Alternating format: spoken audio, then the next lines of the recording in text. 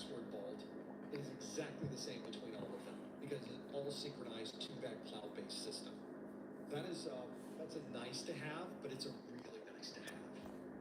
The other piece that I would highly recommend you look into are additional features around the security of those. I mentioned you want to have everything encrypted locally. You don't want to have it encrypted outside of your system because that's an opportunity for an attacker to be able to gain access to those passwords. And you want to be sure that you provide the proper security to that vault because you are storing it in the cloud. How do you protect it? Usually it's with a very, very, very long passphrase. I say passphrase, not password, because very often it's a series of words or a phrase or a term or a song lyric, something that is so long that it would be extremely difficult to brute force. That is something that's important as well. Yeah, and as the chat room says, you can of course just then put everything on sticky notes. My password manager also includes additional features for multi-factor authentication. They will integrate it into the password manager itself if that's what you'd like to do.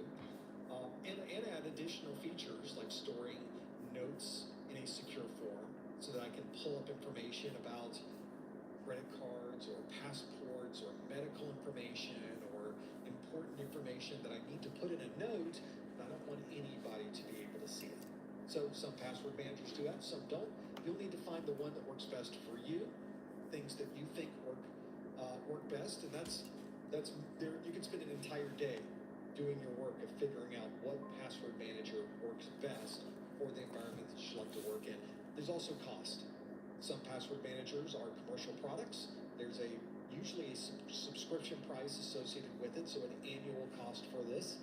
Something you got to think of. Maybe open source is a better idea for you, and you can manage your own synchronization between systems. There are a lot of options out there. That's the good part. That's not a bad thing at all. So even though there are a lot of different things that you could look at, it's good that there are a lot of different things you can look at. Find the one that works best for you. Look at some reviews. Test it out. See if it works the way you like to work. And there's your new password manager. It works perfect. Let's keep going through this list of questions that you have. We have quite a lot of questions that have come in. Thank you for submitting those. If you have a question, you can submit it at any time using the link on your screen. It's right here in front of me, I guess, ProfessorBuster.com. Right there. That's where you go, that link, and make that happen. I mentioned earlier, and in fact, I should probably show you on the Professor Messer website now, under the vouchers link, is the vouchers that are on our site are that you now have the option for a retake. So, well, thank you, Google, for your advertising. Here it is. Here's the retake. The Security Plus voucher, for example, the list price on this is $425. The discounted price available on my site is $379. Back from lunch, everybody. Don't forget to clock in. Add another $49. We'll just be working on some stuff in about the next hour or so. Assurance is what CompTIA calls this. Now, if you're wondering, well, what does that mean? What is retake assurance? I'm not sure what you mean by that. Well, you scroll down a bit. Scroll into the important terms and conditions. We're going to scroll down here to this middle section. This is voucher terms and conditions and retakes for voucher purchases that include a retake. If you fail the exam on your first attempt, use the same voucher to register and retake the exam. So you don't need a new voucher from me. You don't have to come back to me and say I failed, I passed, or whatever. You just use the same voucher again, and you can take the exam again. No additional cost. You've already purchased the retake assurance when you originally purchased the voucher. And you have to purchase it at the very beginning. You can't add this on later. You can't fail your exam and then now pay $49 and get the retake. Now, it doesn't work that way. You have to do the retake from the very beginning. The other terms and conditions, all vouchers, including retakes, expire 12 months from the date of purchase, unless otherwise noted. And just so you're aware, you have to take your exam by the expiration date, not schedule the exam by your expiration date. There's another one of those things to think about. And then lastly, the retake is only valid for the same exam version that you failed. You cannot use the retake for a different version of the exam. Now for Security Plus, that doesn't matter very much right now because there's only one version of the exam. But eventually there will be an overlap period where a new version of the exam comes out. There's usually about a 6-month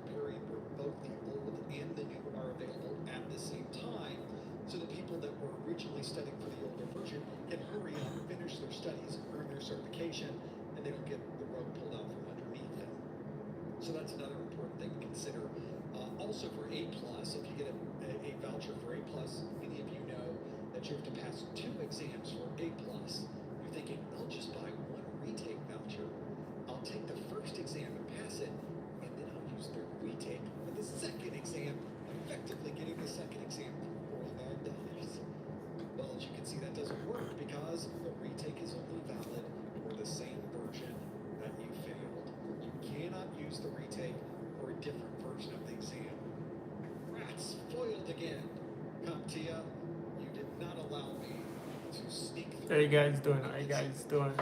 They did not. Still not a bad deal, though. For $49, you're effectively buying insurance. And the question that we got regarding this insurance, did we publish it? We did not publish this. It was Ray that said, if you purchase your voucher and the retake option, what happens to that option if you pass the exam on the first attempt? And this brings up the flaw to this entire scenario. Good. Or is it a flaw? We'll talk about that. Because if you purchase the voucher with a retake and you pass the exam on the first attempt, that's it. You're done. The voucher is used. There is no retake to use because you do not need to retake it. You are done. So your voucher is now complete. It is unusable. Well, you've used it. It's not unusable. You used it to take your exam, but now it's no longer valid. It's effectively you've used it up because there's no retake that you could possibly use. Some people have speculated, well, I could take it, pass the first one, and then I'll give the retake to someone else. Nope. First, it's associated with you because you registered for that first exam. And secondly, it's a retake. You can only use it if you failed the exam the first time. So, is it a waste though? That's the real question: is do I buy the retake? Well, it's like any other type of insurance. You probably, if you have a car, you certainly have car insurance. You better have car insurance because it's crazy out there. And if somebody runs into you, you want to be. What type of health care do you get if you are in a bad accident? And those costs can be ridiculous. Well, if you have insurance, you're covered. You also, health insurance is another good example. Maybe it's not in your car, just generally, do you have good health insurance? What about insurance for your home? Most apartments these days require you to get insurance. So those types of things are important. This is another type of insurance. So we always buy insurance with the hope that we will never use it. It's one of those. Much appreciated, Crystal. Usually the mods that are in the channel will remove You don't want to be in an accident. inappropriate comments, or sometimes YouTube just remove it because it's a part of the guideline. It's for your retake assurance. But Really good example of much appreciation for that. relatively small investment that can protect you financially from a much larger retake if you would need to do that. So that's the idea. It is simply exam insurance. And you're hoping that you will never need it. You're hoping you don't have to use it. Yeah, you got to buy it anyway, just in case. Because if you do end up using All right, thanks for stopping by. And if you are a part of the channel for a certain time, then I also give on mods. So it's in that scenario. So that's what I would stuff that you can also help with on the channel, like comments and stuff like that. You can remove the comments or delete them, or even block people. But thanks for stopping by as well. The discounts and the vouchers from my side, doesn't matter which one you get. From my perspective, I want you to buy the one that makes sense for you. And so that's why we make them available. Yeah, it's kind of a lot of people, they love those retake vouchers. We probably ridiculous, I would say. Most people just can't be productive or just do something good or have good things to say. It's the craziest thing. How you guys doing? How you guys doing? Psychological. How much would that be worth to you? For some of us, it'd be worth quite a bit. Have just a little bit less anxiety. That would be great if we were in that case. More questions about the exam itself from JB. JB, I'm using a copy of the 7. Thank you for the like, Sarah. Back in 2024, Does CompTIA update slash The likes on the video help exam help objectives YouTube recommend the video to 701? those who like the content. This is sort of, So there's a thank you for story that here to be as told. well. If we talk about this, first let me answer the question. So if we cut right to the chase, no. CompTIA has in recent years made an effort to lock in the exam objectives when the first set of objectives are released. They lock it in. So they don't go changing things around. If it's the SY0701, when they release those objectives, those are the objectives all the way through the SY0701. The only time you will see those. All right, thanks for stopping by. I appreciate you. Leave a comment whenever you stop by. So in the future, maybe the next Security Plus exam will be the SY0801.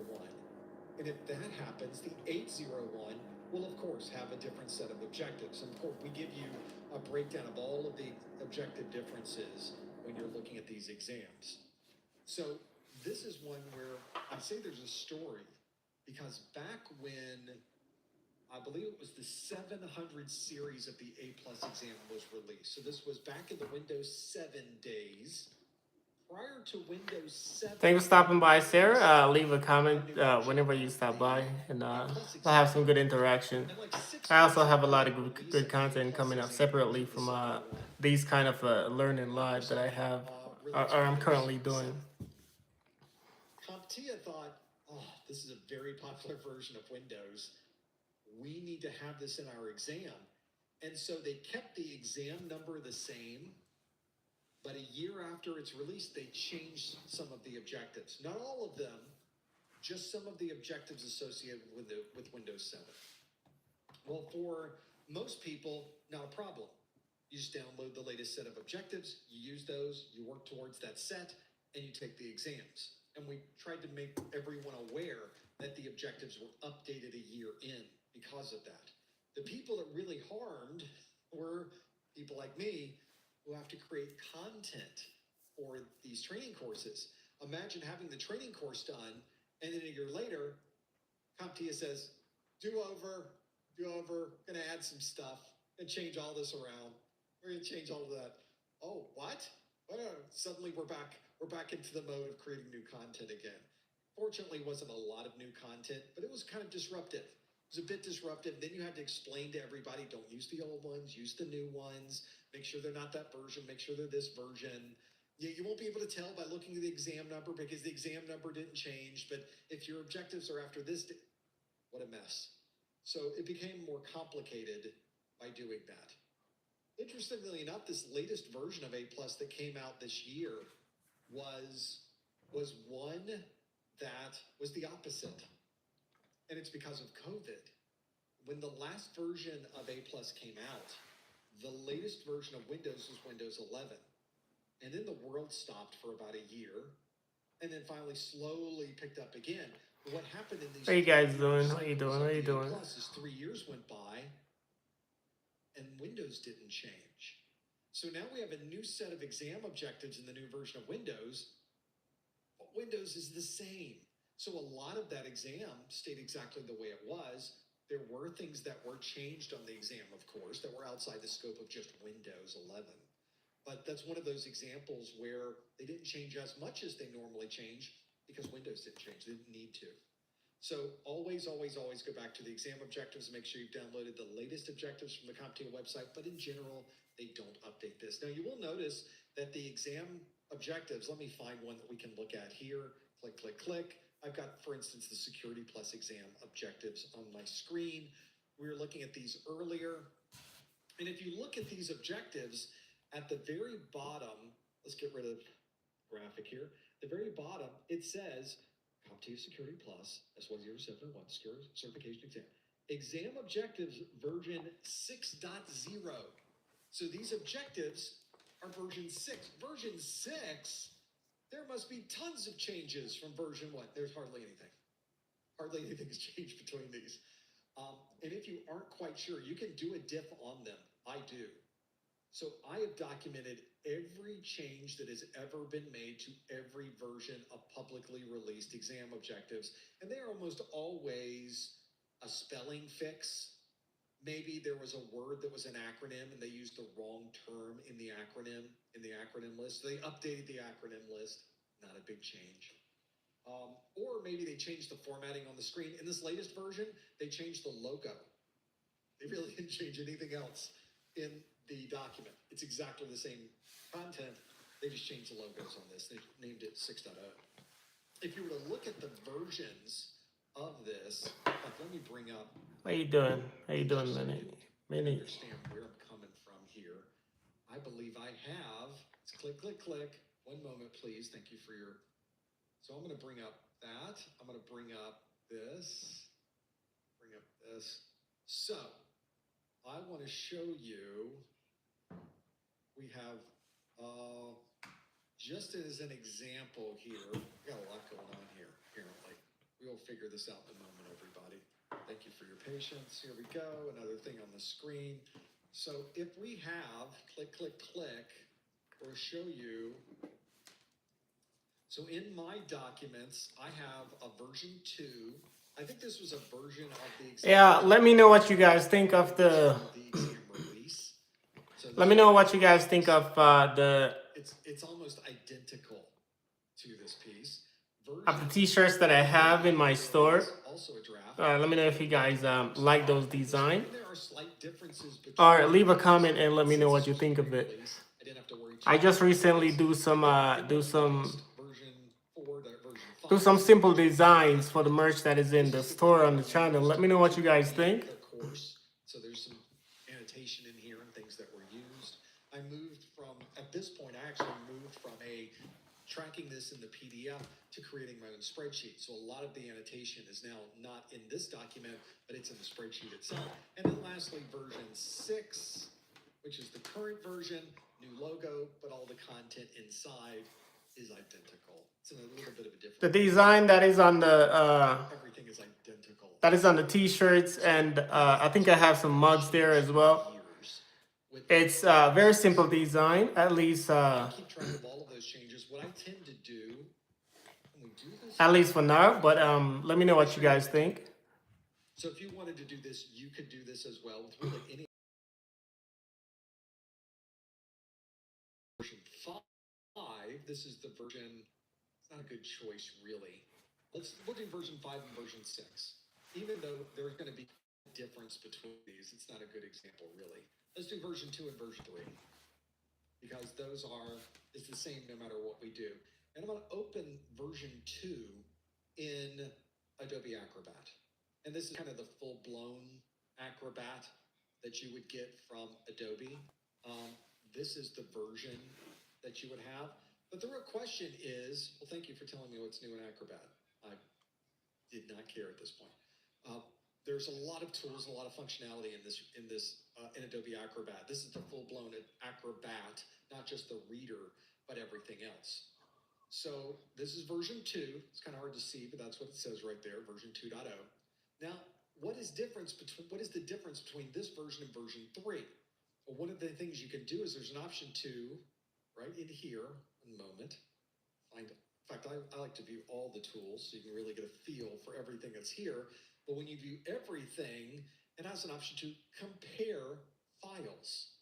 Compare, yeah, you can take an old document, which is the one I was looking at, and I'm going to select the new one. I'm going to select file, and I'm not going to show you this because I got stuff on my screen I don't want you to see. Nothing too crazy. You know what I'm saying. Let's go to my documents and let's pull up the next version of Security Plus. This is Security Plus, the 5.0.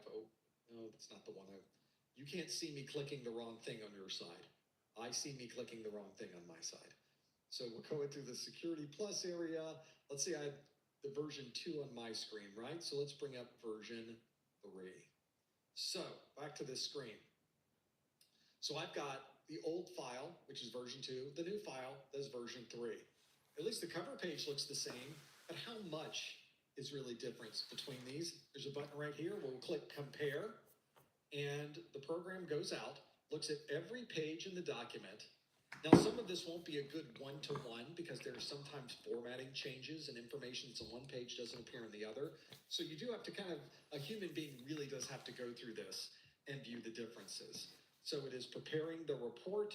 I'm getting a beach ball, which is always a good feeling if you're on Mac, because you never know, is it going to come out of this? It will.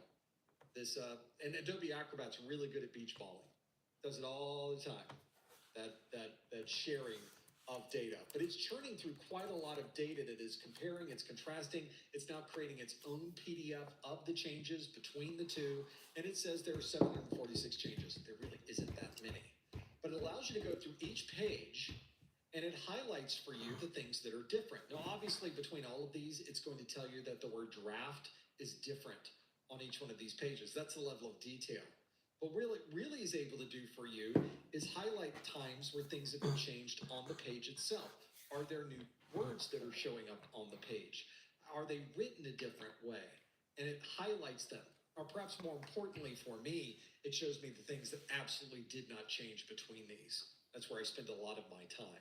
So obviously the word draft was the same between both of these. If I wanted to do this for real, I would probably have removed that prior to performing the change. This is a great way to go through and really understand what's happening. Although there have been times, especially when there are big changes to these certifications, I'll just simply put them side by side and I'll go bullet by bullet on the screen and just visually compare. It doesn't take very long to do that. You can step through the entire thing in about 15 minutes, where you're really going through, because everything is basically identical when they do this. As I mentioned, they rarely go back and do any drastic changes to these versions once they are released. The good part is, if you downloaded a version of the exam objectives when this Security Plus version was released 2 years ago, a year and a half ago, then you're fine. Even though they have made minor incremental changes all the way, none of those changes were significant at all. They were spelling fixes and minor things. So don't worry so much that you have the wrong version. If you're not sure, go out and download the latest version. What you'll probably find is this is just like what I got, because it is. I have a series of questions and answer, and I would like for you just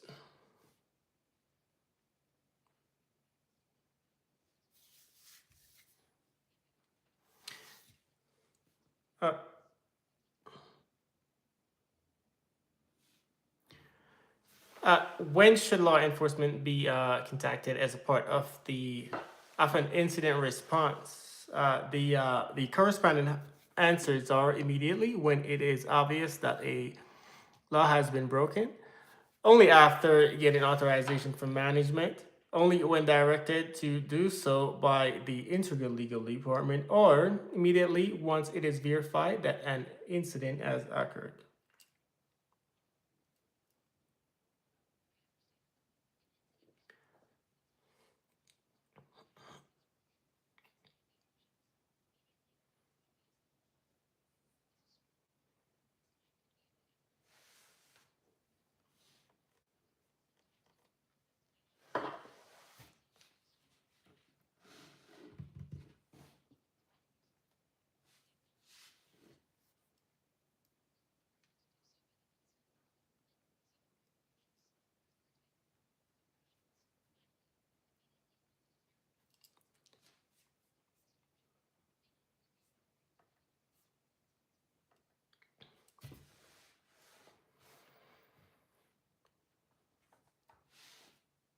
Give me only the correct answer without the explanation. Just the correct answer. Moving forward based on each questions asked.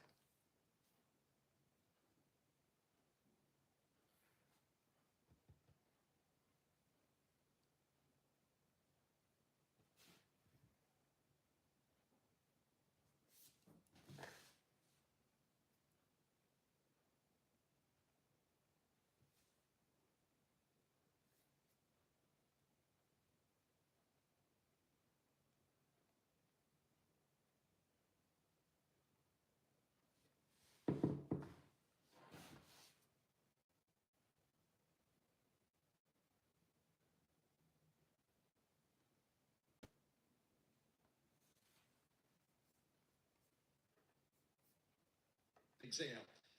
I don't know if you realize this, but we're taking a CERT exam. There are a limited number of hours in the day. Maybe we should study what we're going to be tested on. Just an idea, just a thought. That's a level of quality assurance. That's a focus on the exam objectives that I think is pretty important that for some reason third parties don't feel that it is. And they tend to stand behind that weird perspective of, yeah, we're going to teach you things that CompTIA doesn't want you to know.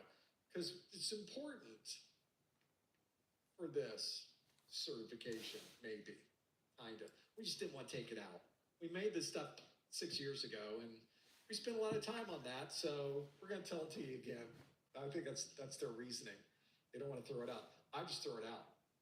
If you don't need to know it, why would you spend time learning it? After you get your certification, feel free to go back and learn those things. I think it's, of course, you will be learning things your entire career in IT. This is something also a lot of people sometimes get concerned about is they are worried they're going to miss something. They feel that learning those extra things. Hello, welcome back once again.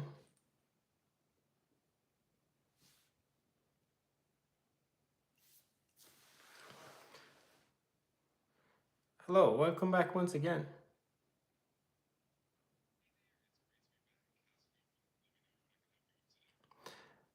Yes, the first question is when should law enforcement be contacted as part of an incident response? And the corresponding answers are immediately when it is obvious that a law has been broken, only after getting authorization from management, only when directed to do so by the internal legal department, or immediately once it is verified and an incident has occurred.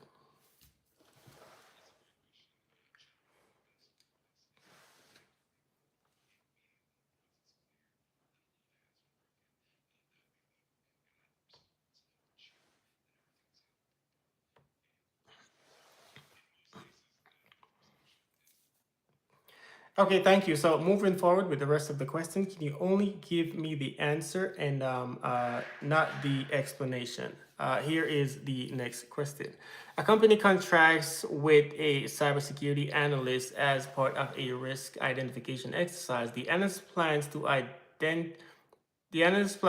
to interview individuals from each department in order to assess the risk each of them perceives related to the systems they own. Which of the following is the analyst planning to perform? Now, here are all the answers: risk prioritization, qualitative risk analysis, threat modeling, or quantitative risk analysis.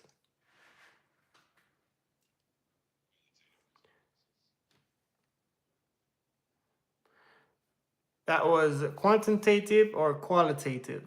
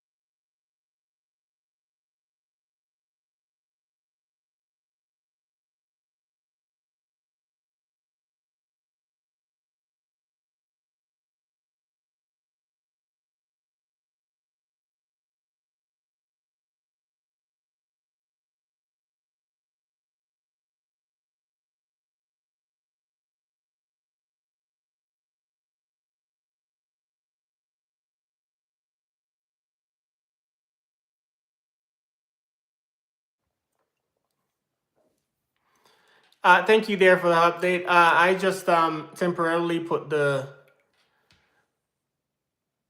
audio on mute because I'm doing some practice interviews. I may include some of that from time to time, but temporarily I have it on mute. But thanks for the update.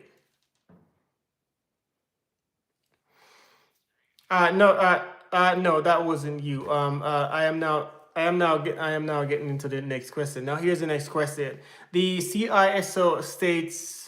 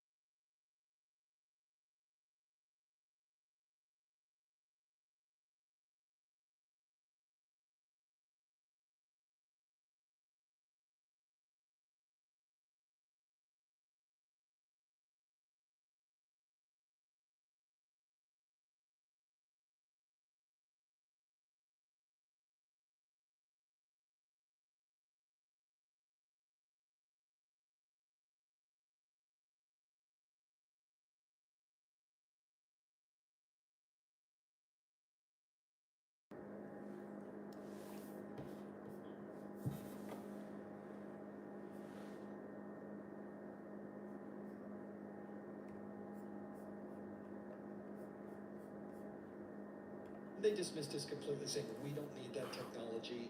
Our networks are super secure. I don't think you realize who you're talking with. We are very smart people.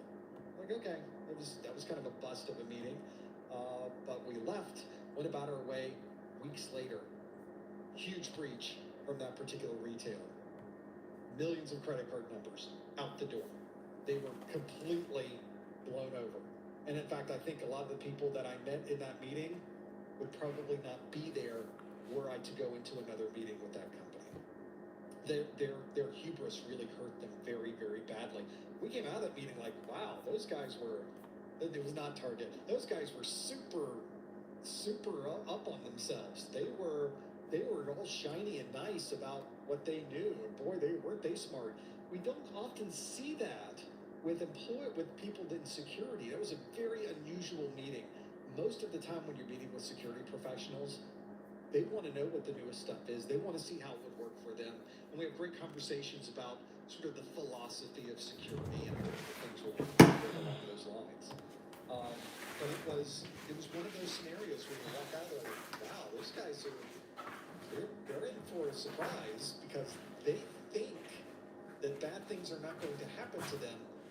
They have an enormous network. They have thousands of locations. They're going to get breached somehow, but they're definitely not ready for it. And they weren't, and it happened, and it's one of those things. It's you can almost see it happening. It's like a train wreck, and you can't tell them. You can't be in the meeting and say, hey, you guys have a very distorted view of security and how you think you are positioned, because nobody is positioned as well as you think you are, as well as you think you are. Nobody. And it turns out that was actually the case. They still didn't buy anything. They still did not become our customer. I think we kind of were the lead in, and then they got slapped, and then they didn't want to bring us back in. It was kind of embarrassing. So I think they just kept their existing provider, which is fine. And now I think their network is probably better than it's ever been, probably because of that. You get rid of the folks that think they know what they were doing, and out the door they go. Don't be that person. In this industry, you have to be humble. You have to constantly be thinking. You have to constantly be learning. And if somebody else is doing something, you really need to figure out, are we doing it better or worse? Are we doing the right things? Security is it's a game, not a game, but it's a game of inches. You have all of these little things you need to do to finally make a yard of security. It's never any one thing, and anything can go wrong at any time. It really is not a case where you have to worry about if you will be breached. You have to worry about what you do when you are breached. You should be prepared for any of those contingencies. Sounds awful, doesn't it? It's not. You just have to be prepared.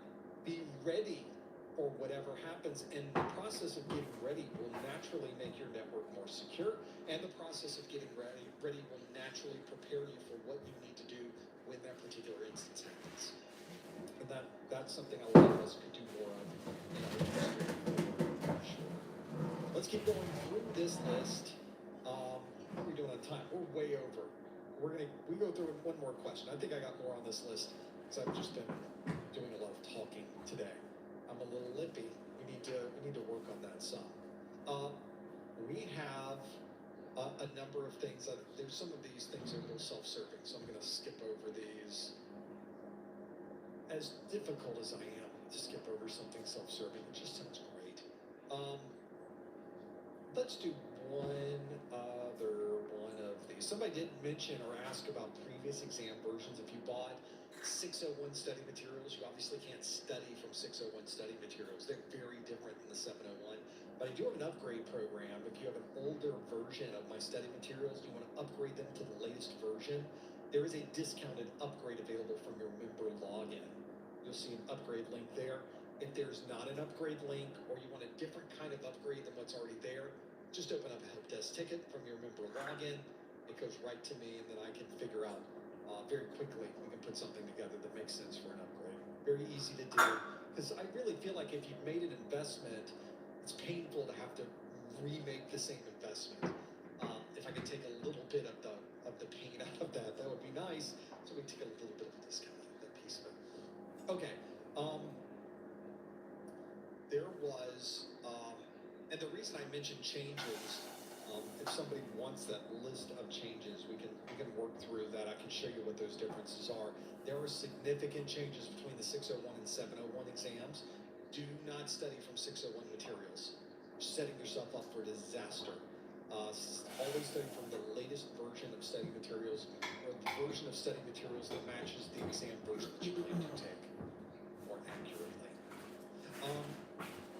Let's keep going through this list. There's so many great questions here. I'm trying to pick the last one that we want to go through. Here's a good one. Great question. I don't even have an answer for it yet. It's from Paul again. Paul says, that's not the one we want. It's not from Paul again. This one is a different one from Mick. Hey, Mick. What's the biggest mistake students make when studying for Security Plus? Wow. Okay, off the top of my head, because I've not prepared these things, because why would I want to do that? The question, the biggest mistake students make when studying for Security Plus, the first one I've already just mentioned is not having the right version of the exam objectives. And you may be even thinking to yourself, well, why is that even important? Why do we need a set of objectives and have everything matched? There's so few changes between these exams. Why would you waste your time going through and trying to figure out what those changes might be? Doesn't that seem like it would be a relatively pointless process to go through all of that? Well, one of the things that I think a lot of people miss is that changes that occur in these exams can sometimes be very different, very dramatic. And just to give you an example, this is a Venn diagram. Obviously, we all need Venn diagrams in our life, where I have compared the number and type of objectives between the SY0601 and the SY0701. These two, normally an exam update from CompTIA is a 20 to 30% delta as far as the objectives, a difference between these exams. The 701 exam was a very big rewrite for Security Plus. They clean slated this, and this is the visual description of that. First, the size of these circles is representing the number of objectives in that list, those bulleted lists of exam objectives. The 601 exam, 1,034 objectives, big exam. The 701, visually you can see, it is a smaller number of objectives, 662, 36 fewer objectives, a third smaller than the 601. So already if you're studying from the 601 exam, you're studying a huge number of objectives that's never going to show up on your exam. The other part is the overlap here. Everything in the yellow circle is the 601 objectives. Everything in the blue circle is the 701 objectives. And there are objectives that are shared between them. But look how few are shared between these exams.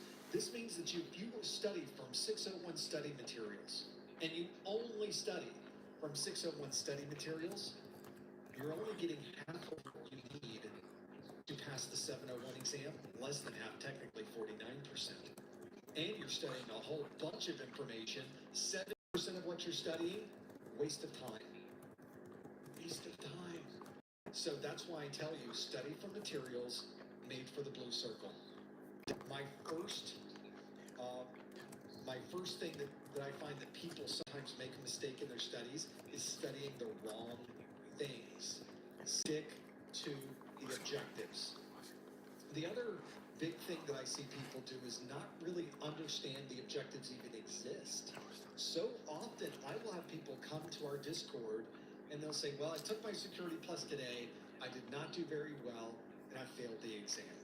They asked me questions I was not ready for. I got a question about SD-WAN. I got a question about next generation firewalls. Thinking, this is all in the exam objectives.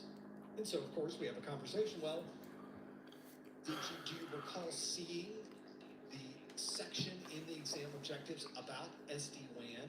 Do you recall seeing the section in the exam objectives about next generation firewalls, about encryption, about wireless, about whatever it happened to be? And their answer, surprisingly sometimes, is, what are you talking about? What exam objectives? Well, we've already seen today how important these are. Some people have even told me, well, I heard you talk about them, but I thought they were just a very high level overview of what we needed to know. Because that's what most certification organizations will do. That's what Microsoft does, that's what Cisco does, that's what VMware does, that's what Red Hat does. That's what all of these companies do, is they give you a high level, one page, one sentence overview of what you might get in some of these documents. But as we've already seen, the exam objectives that's what CompTIA gives you, very different. A bullet by bullet by bullet breakdown of everything you need to know. And it's comprehensive. They leave nothing out of this list. So that's the other biggest mistake that I see people make all the time with these exams, is that it is a mismatch between what they thought would be on the exam and what really was on the exam. Stick to the objectives and make sure all of your study materials match the version of the exam you're planning to take. Those are the two biggest mistakes that I always see. In the chat room, some folks were asking, well, is the 601 more difficult? Well, it was bigger. It was a lot bigger. And I guess we can extrapolate from that because there were more objectives, there were more things you had to learn, therefore it was a little more difficult. Now, the difficulty level of the two was very similar. It's just you had to know more of the same difficulty. So I would say the extra data, the extra things you had to stick in your brain, the extra synapses that had to hold all of that did make it a bit more difficult.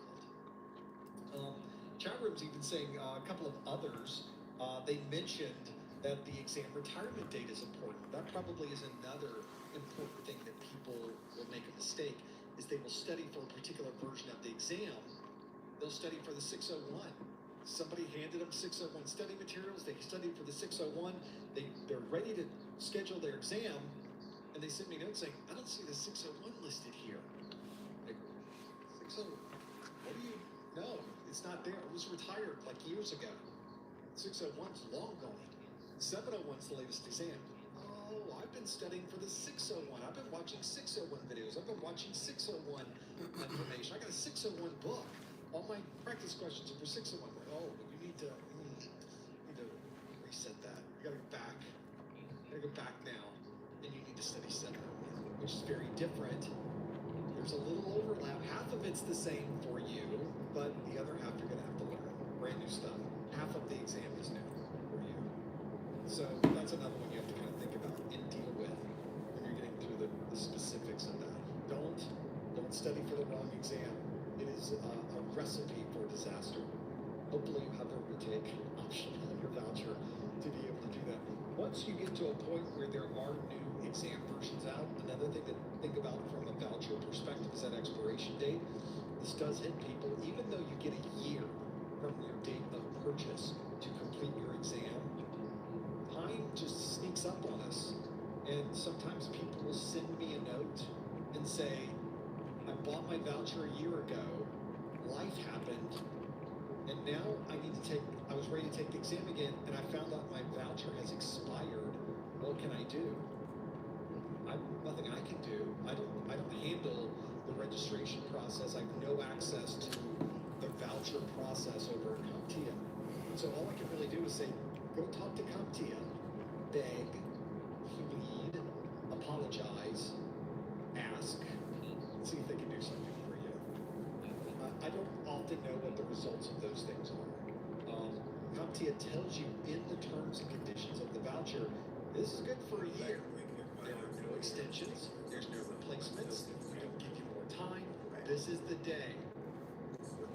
There have been times where they have changed it, but they've given you a little bit more time.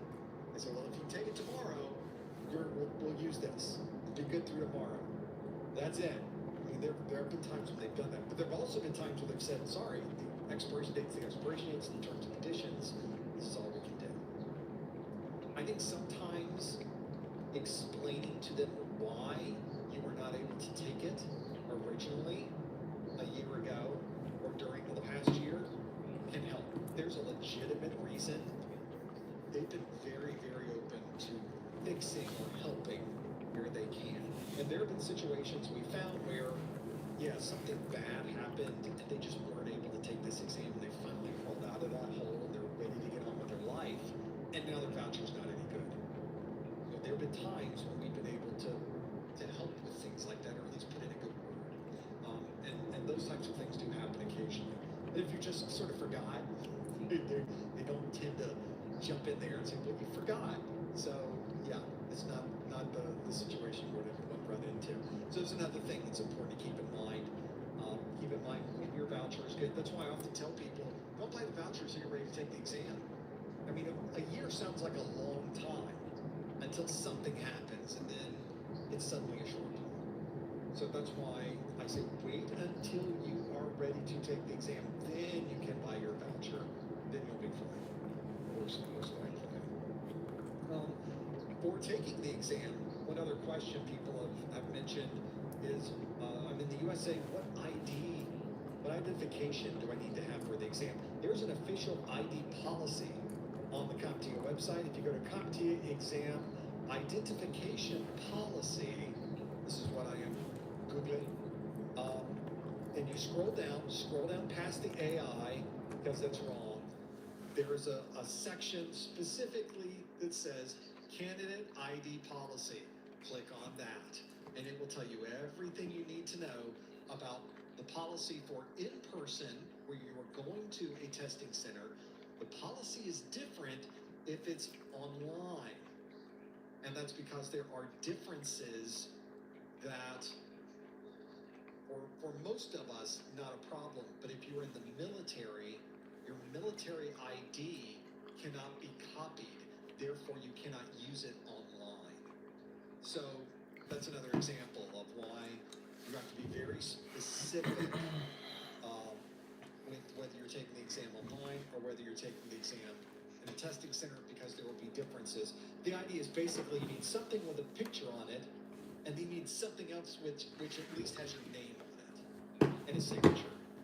So you have maybe a driver's license or a state ID or a passport, and then you have a credit card, then you have a debit card, then you have a library card, as long as it has your signature on it. Now those work fine too. And they even give some examples of this in different places in the world and what you can use. So have a look at the official candidate ID policy, and that will tell you everything you need to know for taking these exams. The exam process, relatively straightforward. You just need to be ready. You just need to have the right study materials. You need to make sure you got the exam objectives. You've gone through every exam objective. You checked off all of those. You can't help but pass this exam. You have done the right things with the right data. You've got your voucher in place. You've got the right version of the exam. Now all you have to do is go crush it. You've got everything. It's all on your side. You just need to learn this content, step through those exam objectives. Some people get through the exam objectives in a month. Some get through the exam objectives in 3 months. You're like me, you get through it in 6 months. It takes you a long time. It doesn't matter how long it takes. The important part is to go through every bullet of the exam objectives, understand what those bullets are. If you can explain those bullets back to yourself or to someone else, even better. And once you do all of that, you're ready to take your exam, you'll just kill it. You will crush it, you'll pass this exam, because you followed all of the best practices for learning this content and preparing for this very, very detailed industry exam. Another one of those things to think about. Well, hopefully that's given you something to think about. Certainly has for me. I want to thank you for joining us in this last study group of the month. Of course, we have more study groups next month. Join us in a couple weeks for our A+. Our Network Plus is after that. Of course, we've got Security Plus always scheduled. You can always find when the next live event is going to be by going to professormesser.com/calendar or into our events channel in our Discord, which is where I'm going after this. If you'd like a place where you can study with a bunch of other people who are studying for their A+, their Network Plus, and their Security Plus exam, we've got thousands of people in our Discord that are ready to help. And it's a great place to meet other people, learn along with other people that are studying for their exam, get your questions answered, answer questions that others are asking. It really is a lovely community with some very smart, very nice people in it. You'll find those on the internet everywhere. We'd love for you to join us over at professormesser.com/Discord. Thank you so much for joining us. Thanks for being here in our study group, and we will see you next time on the Security Plus study group. Thanks, everybody.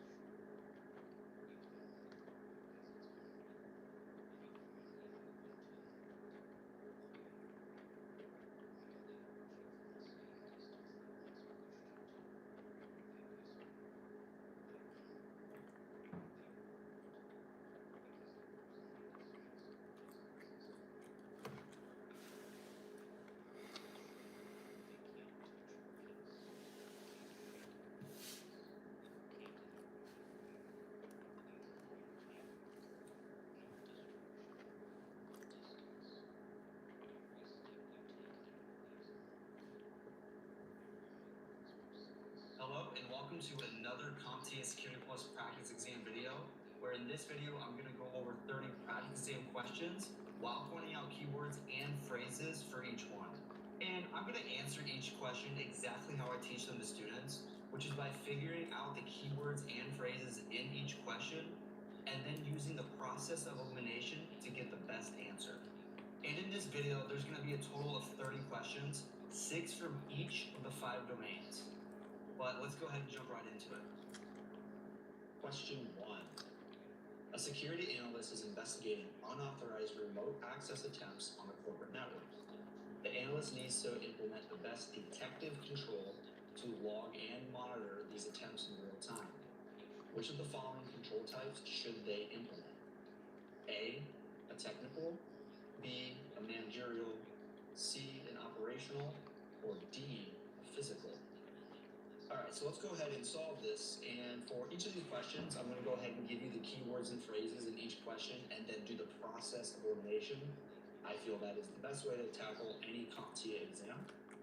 So let's go ahead and do this first one here, and for this first one, the key phrases are going to be unauthorized remote access attempts, and log and monitor in real time. Okay, so now that we know what the phrases are, let's go ahead and do the process of elimination. And we can start by eliminating D, physical controls. And that's because physical controls focus on securing physical assets, and it is not relevant for remote access detection. And then we can eliminate C. Operational, that's going to be, focusing on day-to-day security practices such as incident response procedures, security awareness training, access reviews, things like that, but it doesn't involve real-time monitoring.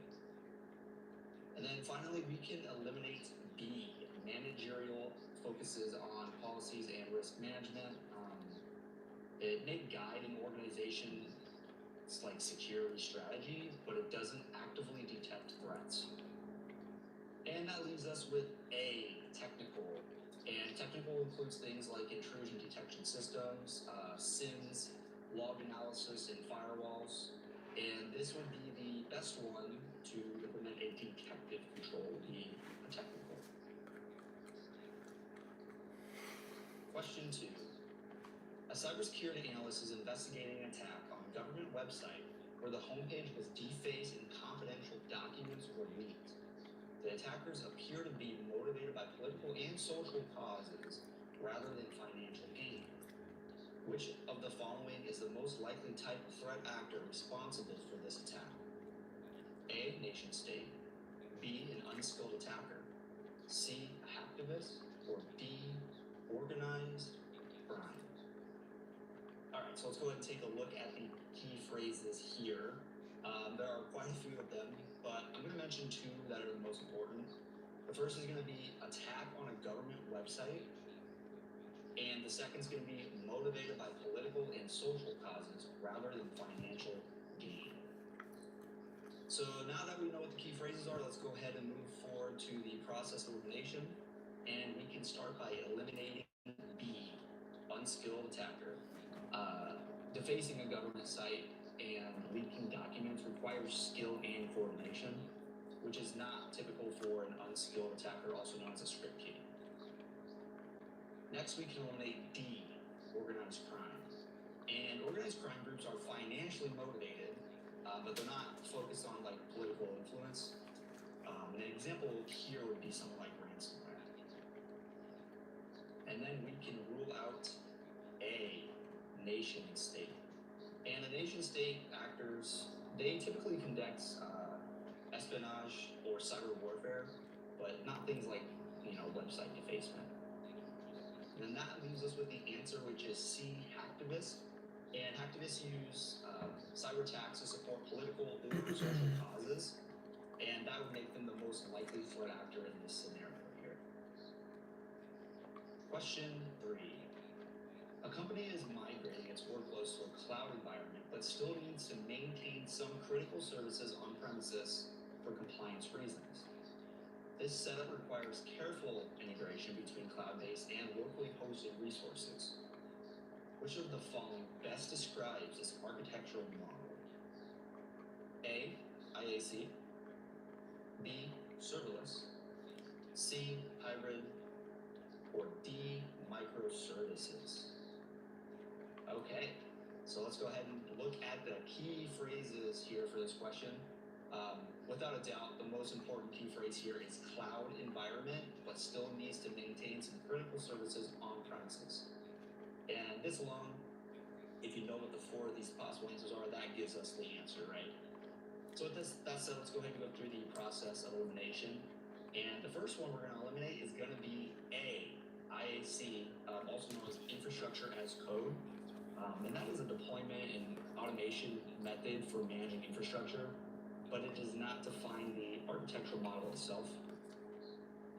Next, we can rule out and eliminate B, serverless. And serverless computing eliminates the need for managing physical or virtual servers, but this scenario here involves maintaining on-premises services. All right, and then we can finally eliminate D, microservices.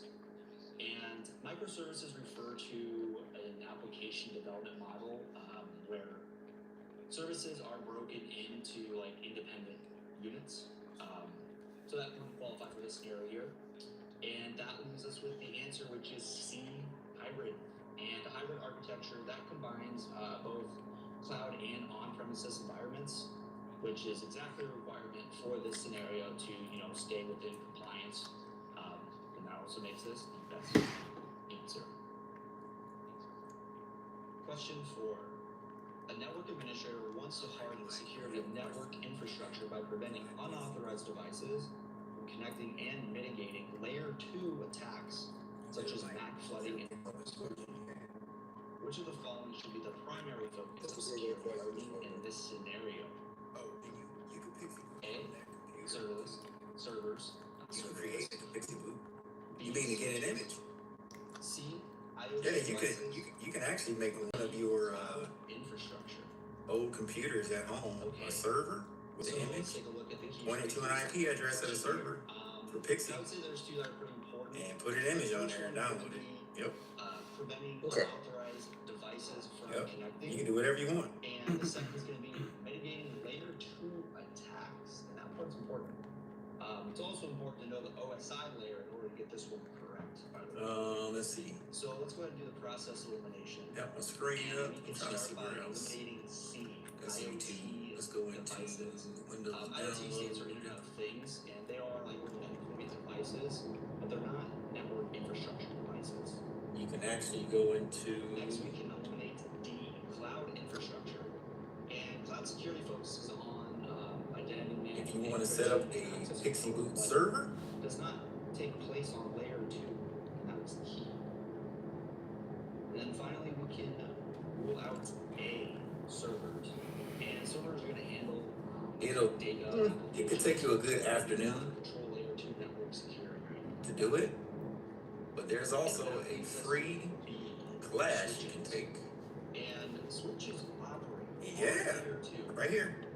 And Sign up for Microsoft Learn, flooding and water supply. right there. And what it does here, Connections. And for this question here, it teaches you to understand layer 2. if I get my act together here, And that's gonna be the data link layer. In this one. how to do it. Question 5. So it shows you how to copy and create a Pixie server and put an image on it. So let's say, Mike, you're in Africa, right? You're working out there, and you have this backup server at your house, and you got a domain, and you got everything to set it up to get it good. You can point that computer as it boots through the network to boot to your server at home to re-image.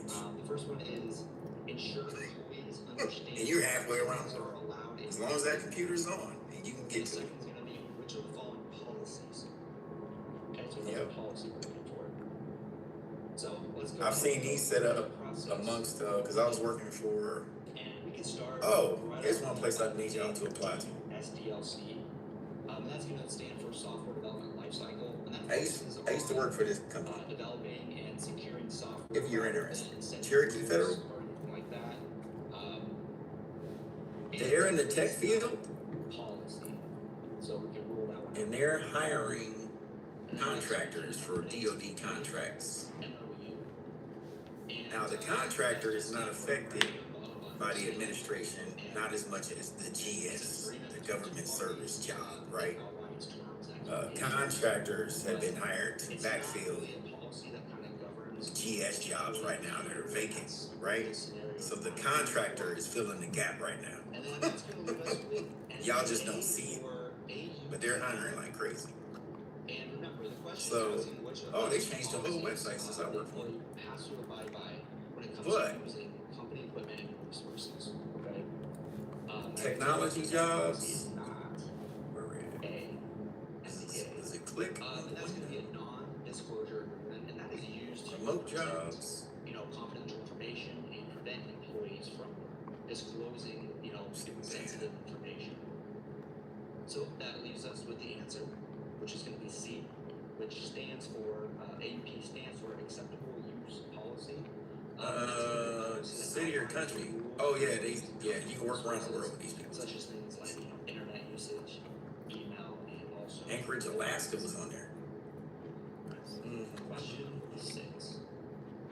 A security engineer is designing an authentication system for a healthcare database that stores sensitive patient Network records. engineer.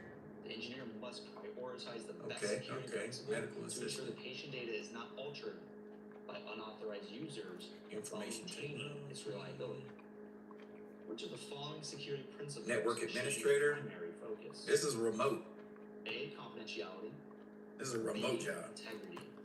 C. This is a really good company. This company was good. I'm not gonna. D. The only thing with this company, because you work remote, is that Okay. So the key phrases here are going to be if you're looking for upward momentum in the company, because you're an edge employee, meaning you're out there in the That field, one is definitely key here. So now let's upward momentum is kind of slow, very slow, very slow. You know what I mean? But if you're just looking to go do your, get a nice job, make some decent money, is protected from unauthorized access. this is what you can do.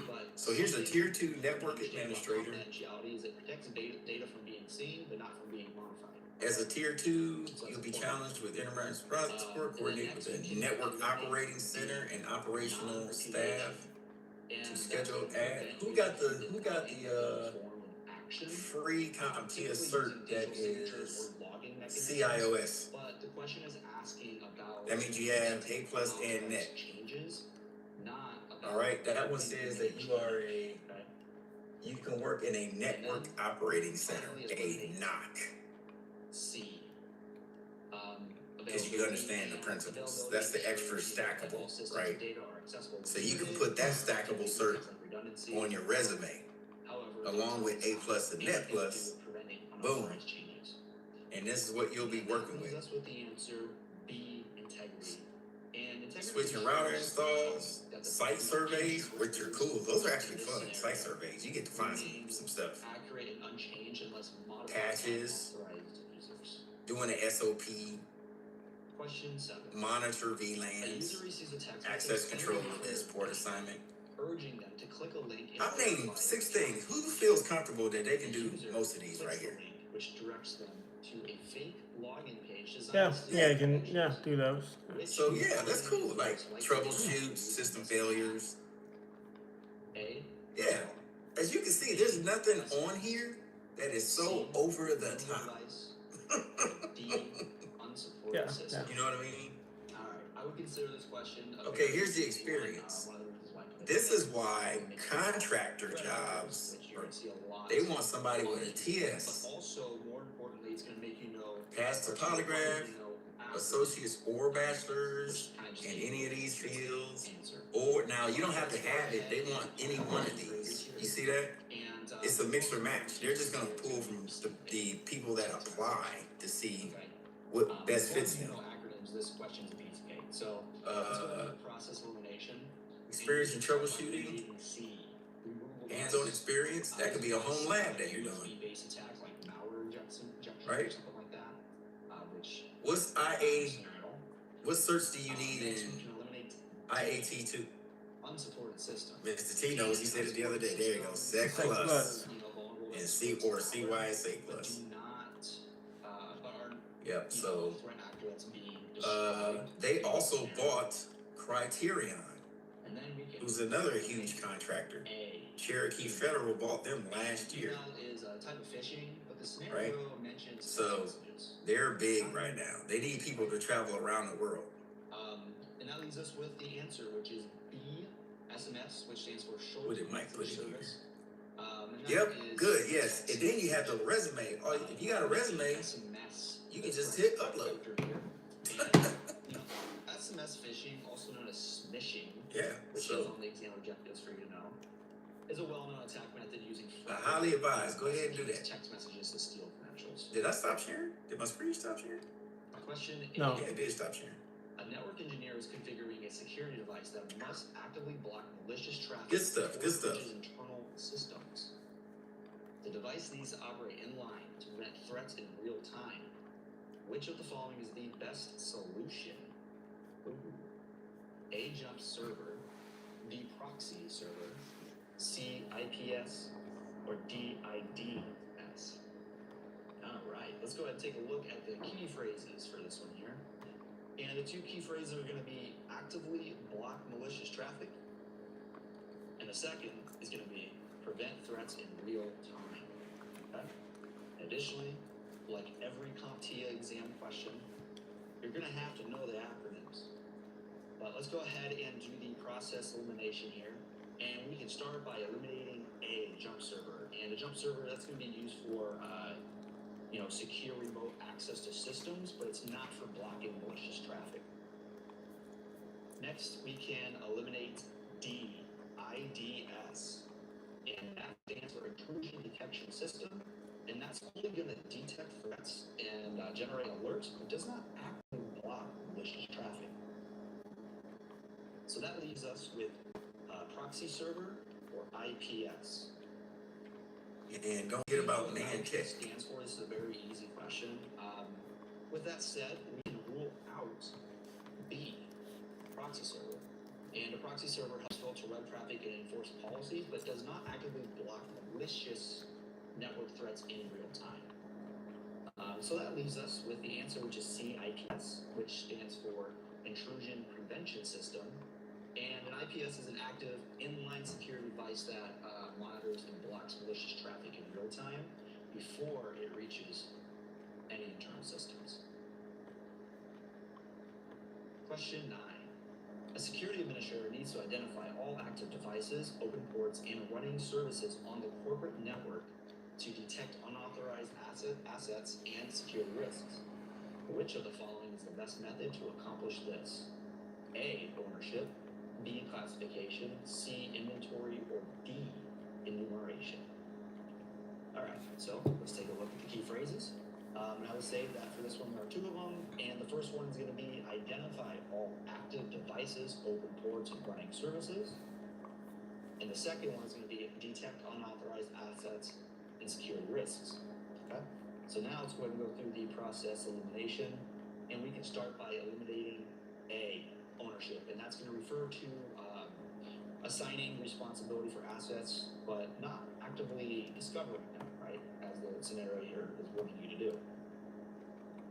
Next, we can eliminate C, inventory, and that's going to refer to maintaining like a list of assets, but it does not discover them, since technically inventory is an already made list, right?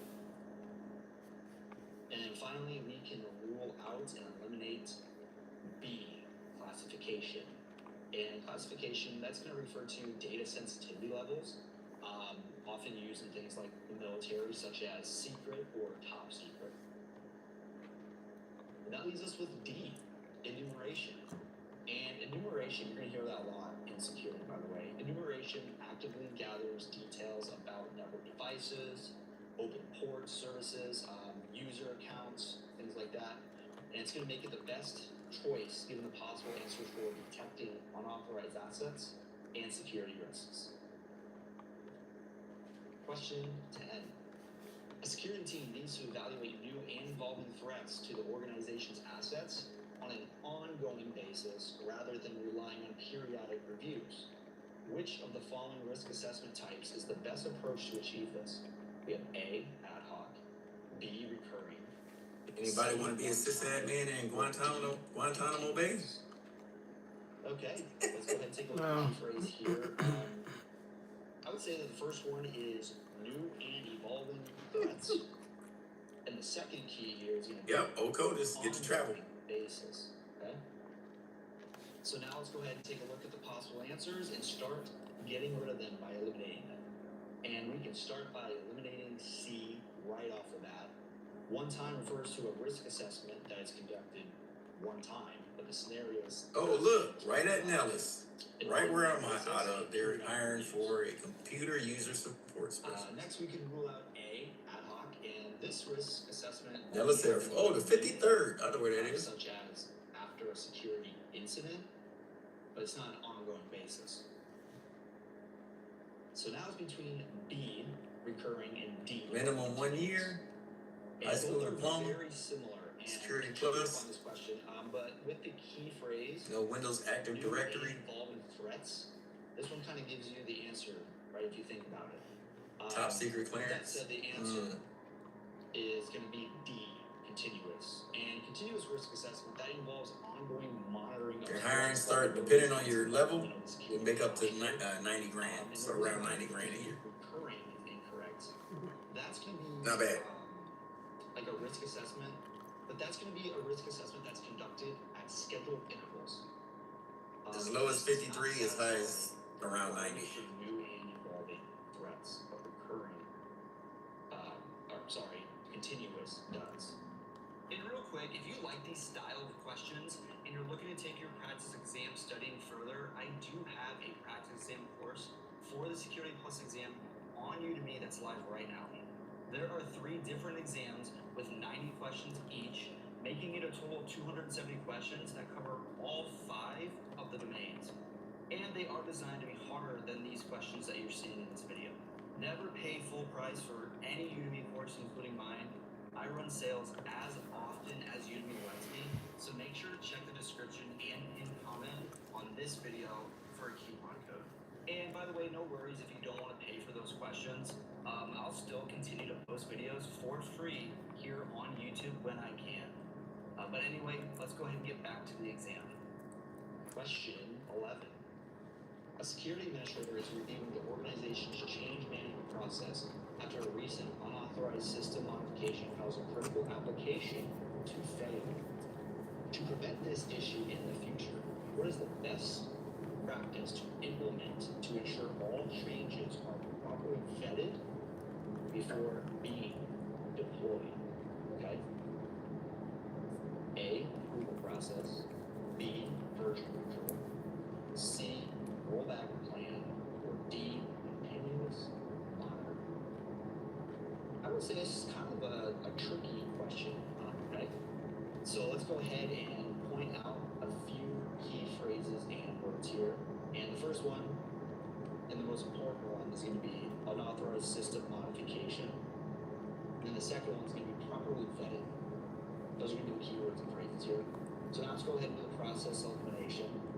We can first eliminate D, continuous monitoring.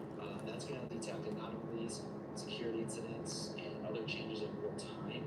But the question is asking, how do you prevent a critical application from failing, not to detect changes? We can then eliminate C, rollback plan. That's going to allow IT teams to restore systems to a previous stable state if a change causes problems. However, this is only useful after a problem occurs, okay? And finally, we can eliminate B, version control. And that's going to help track changes to files and configurations, allowing teams to revert to previous versions if necessary. It does not prevent unauthorized changes, just tracks them after they occur. And that's going to leave us with the answer, which is A, approval process. And the approval process ensures that changes are reviewed and authorized by relevant stakeholders before being implemented, preventing unauthorized changes and modifications from occurring. This is a question, you might get questions very similar to this on the exam, which is why I put this on here. And it makes you think about the entire process and makes you kind of dissect what the question is asking.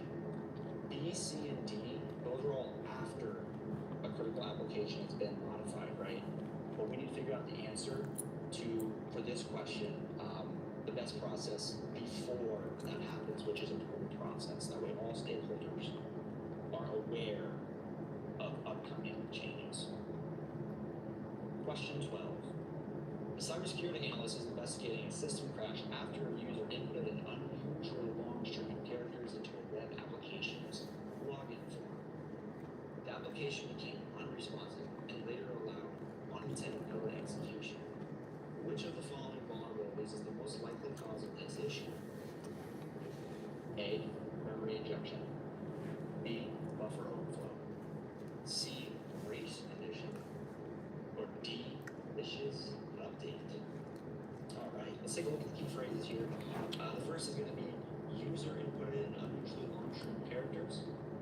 And the second is allowed unintended code execution. So let's go ahead and do the process of elimination here. And we can start by eliminating C, race condition. And the race condition, that occurs when multiple processes try to access shared resources at the same time, leading to unpredictable behavior. Next, we can eliminate D, malicious update. And a malicious update is an intentional attack where software is modified with harmful code. The scenario describes a system vulnerability caused by input handling, not unauthorized updates. So that leaves us with A or B. And they're both very similar. So we can eliminate A, memory injection. And memory injection to malicious code, but it's not directly caused by long user input. And that leaves us with B, buffer overflow. And a buffer overflow occurs when a program writes more data to a buffer than it can hold, and that causes memory corruption.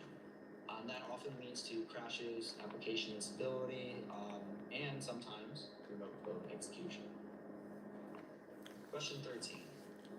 A technology company develops a proprietary algorithm that gives it a competitive advantage in the market. To prevent competitors from accessing or replicating it, the company implements strict access controls and NDAs. Which of the following best describes this type of data? A, regulated. B, trade secret. C, IP. Or D, financial information. Okay, so let's take a look at the key phrases here. And the first one is going to be proprietary information. The second is going to be prevent competitors from accessing or replicating it. So now let's go ahead and go with the process elimination. And we can start by eliminating D, financial information, and that's going to refer to things like revenue, expenses, and other monetary details, which is not relevant at all to this scenario. Next, we can eliminate C, IP, and in this situation, that's going to be intellectual property. And IP, includes things like copyrights, patents, and trademarks, but it is public and not confidential. And finally, we can eliminate A, regulated. And regulated data, that refers to information governed by legal or compliance frameworks, such as HIPAA or PT.68, as an example here. And then that leaves us with B, trade secrets. And a trade secret is a proprietary information that gives a company a competitive edge and must be kept confidential. Question 14. A security analyst is testing a web application by interacting with it in real time to find security flaws that only appear during execution. Which of the following is the best identification method for this approach? A, static analysis, B, package monitoring, C, threat feed, or D, dynamic analysis. All right, let's go ahead and take a look at the key phrases here. And I would say the best key phrase would be only appear during execution. All right, with that alone, kind of gives you the answer. So let's go ahead and do the process of elimination here. And we can start by eliminating C, threat feed.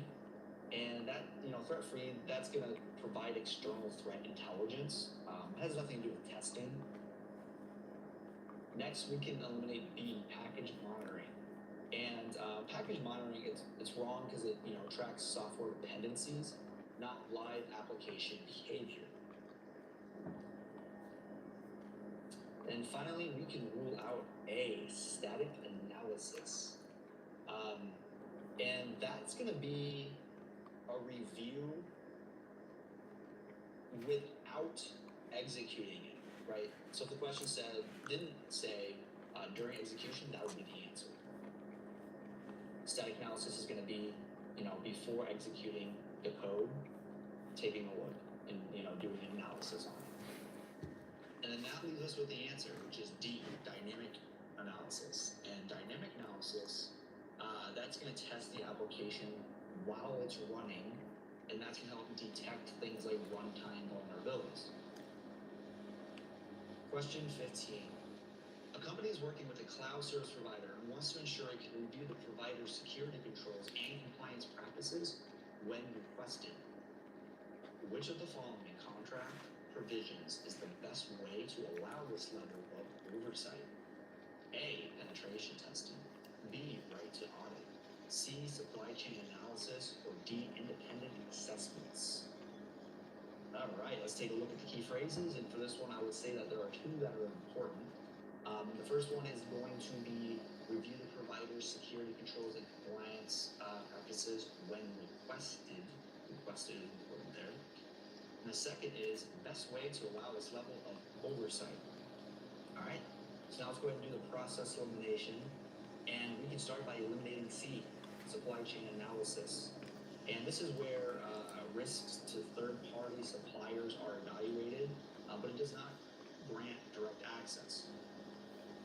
Next, we can eliminate D, independent assessments. And independent assessments, that's going to involve third-party security reviews, but the company would not have direct control over how the assessments are conducted. And then finally, we can rule out and eliminate A, penetration testing. And penetration testing, that's going to assess security, but it requires permission and planning from the vendor. In the scenario, none of that is needed. And that's going to leave us with the answer, which is B, right to audit. And this is a contractual agreement that allows a company to audit a vendor's security controls and compliance at any time, hence the word requested, so at any time. Question 16. A cybersecurity analysis is implementing a cryptographic solution to protect sensitive corporate data. To to ensure that encrypted data can still be accessed in case the primary encryption key is lost or an employee with access leaves the company. Which of the following is the best solution? A. Key escrow. B. Key stretching. C. Salting. Or D. PFS. Alright, the key phrases here are going to be cryptographic solution and I'd say leaves the company. Alright, so let's go ahead and do the process elimination. And we can start by ruling out C, salting, and that's going to add, random data to passwords before hashing to prevent things like dictionary attacks and also things like rainbow attacks. But it has nothing to do with key recovery or management. Next, we can rule out D, PFS. And PFS stands for perfect forward secrecy, and that ensures that session keys are not derived from a long-term private key, also preventing past communications from being decrypted, even if the private key is compromised. And finally, we can rule out B, key stretching. And this is a technique that makes passwords more resistant to brute force attacks by increasing computational difficulty. It strengthens passwords, but it does not provide a way to recover lost encryption keys. But key escrow does, which is A, which is the answer.